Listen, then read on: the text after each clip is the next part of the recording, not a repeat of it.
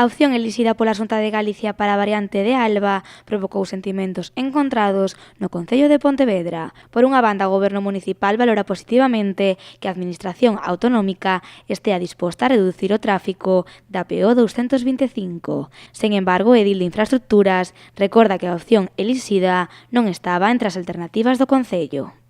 Tanto a solución que se fai para mellorar a mobilidade peonil en San Caetano como a variante non son as primeiras opcións do Concello, non foi o que se propuxo na M4, creemos que son solucións pois que vamos a interpretalas como menos malas. César Mosquera non está de acordo en que a variante de Alba pase tan cerca do colexio de Campañó e por iso asegura que intentarán urbanizar a zona para mellorar a seguridade viaria. Hasta onde sabemos tamén os veciños de Campañó que preocupa, ou algúns veciños, porque non hai nada, digamos, de unha maneira, bueno, que se poidan aflorar unha posición común, e se pode dicir que é común, pois o que preocupa é que sale moi cerca do colexio e posiblemente, hasta onde sabemos, pois o que van a pedir, que como aí contarían con o noso apoio, é que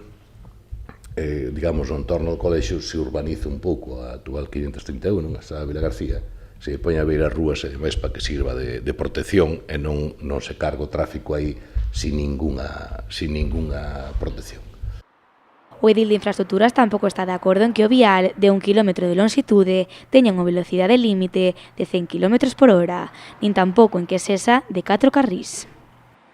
Para 1 kilómetro poñer ese límite pareceme excesivo, pero bueno, pero é un sinal, o sea, que eso cambiase, eso precisamente non é o maior problema. En este caso,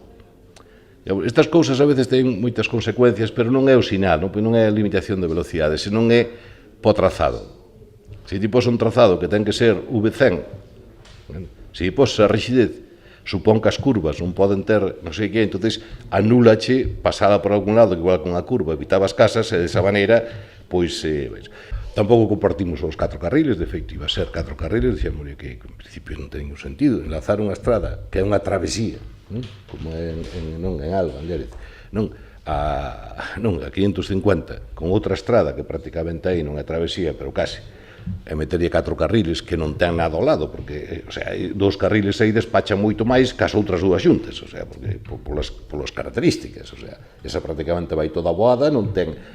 nada ao lado, non ten coches que entran, que salen, ou personas que entran, que salen, o sea, que a capacidade diso non tiña ningún sentido. A pesares de ser a opción menos mala para César Mosquera, o concelleiro asegurou que é un proxecto moi estudado e que non supón afeccións sobre as vivendas da zona. Por outra banda, o edil confirmou que o Goberno municipal intentará que a PO 225 sexa traspasada ao Concello, para así reforzar a mobilidade peonil e mellorar o camiño portugués.